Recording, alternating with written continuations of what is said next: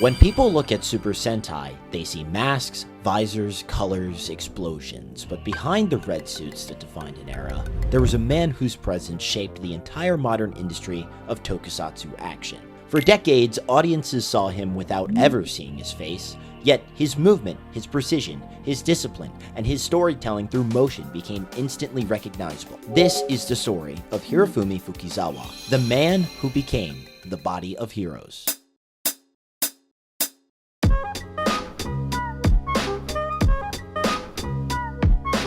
Before the fame, before the legacy suits, Fukuzawa was simply a kid fascinated not with glory, but with the movement itself. He grew up watching action unfold on TV with the same curiosity he had studying athletes or performers. The human body could communicate emotion without a single word.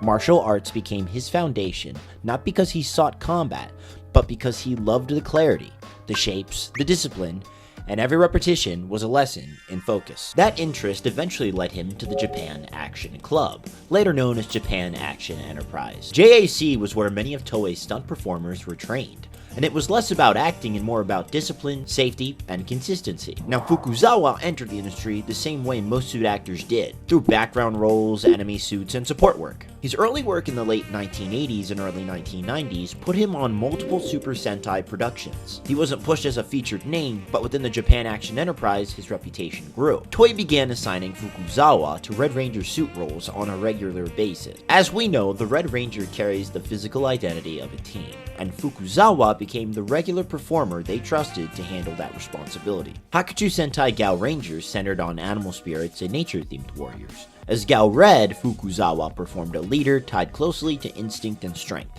fitting a series built around primal power and teamwork.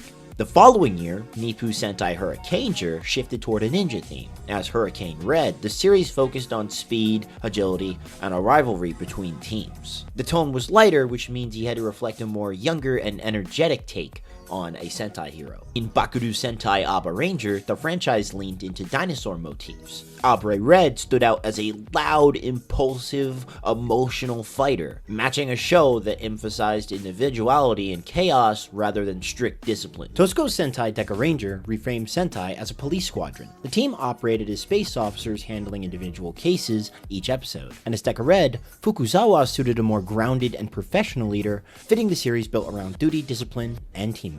Go-Go Sentai Bokenger marked a change in direction. The series was built around more adventure and exploration, with the team acting as specialists rather than students or warriors in training. So as Boken Red, Fukuzawa portrayed a more composed and authoritative leader, fitting the show's focus on experience and command. Jukin Sentai Geki Ranger placed martial arts at the center of its identity. The show focused heavily on training, philosophy, and growth. As Geki Red, Fukuzawa performed a hero rooted in physical discipline, aligning closely with the series' emphasis on combat forms the mastery. With Engine Sentai Go-Onger, Sentai embraced a more comedic tone. The series revolved around partnerships between humans and living machines, and Go-On Red reflected that lighter, more playful energy. This role more so showed Fukuzawa's ability to fit a less serious, more expressive series style. Samurai Sentai Shinkenger returned the franchise to tradition. The show emphasized heritage, discipline, and responsibility passed down through generations, and as Shinken Red, Fukuzawa performed a leader defined by duty rather than personality, aligning with the series' samurai themes. Finally, his most notable Red Ranger yet, Kaizoku Sentai Gokaiger, served as an anniversary celebration of Super Sentai history. As Gokai Red, Fukuzawa took on a role that referenced past heroes directly requiring a performance that could shift between styles from different eras. The series tied together decades of Sentai legacy, making it one of the most visible points in his career. Because these roles came back to back, Fukuzawa became closely associated with the Red Ranger position itself. Across different themes, tones, and audiences, he remained the constant presence behind the helmet for many years. Now, because of this run, his work quietly shaped how Sentai leaders were presented during the Heisei era. Even without knowing his name, audiences became familiar with his movement and timing. For many viewers, he was what a Red Ranger looked like.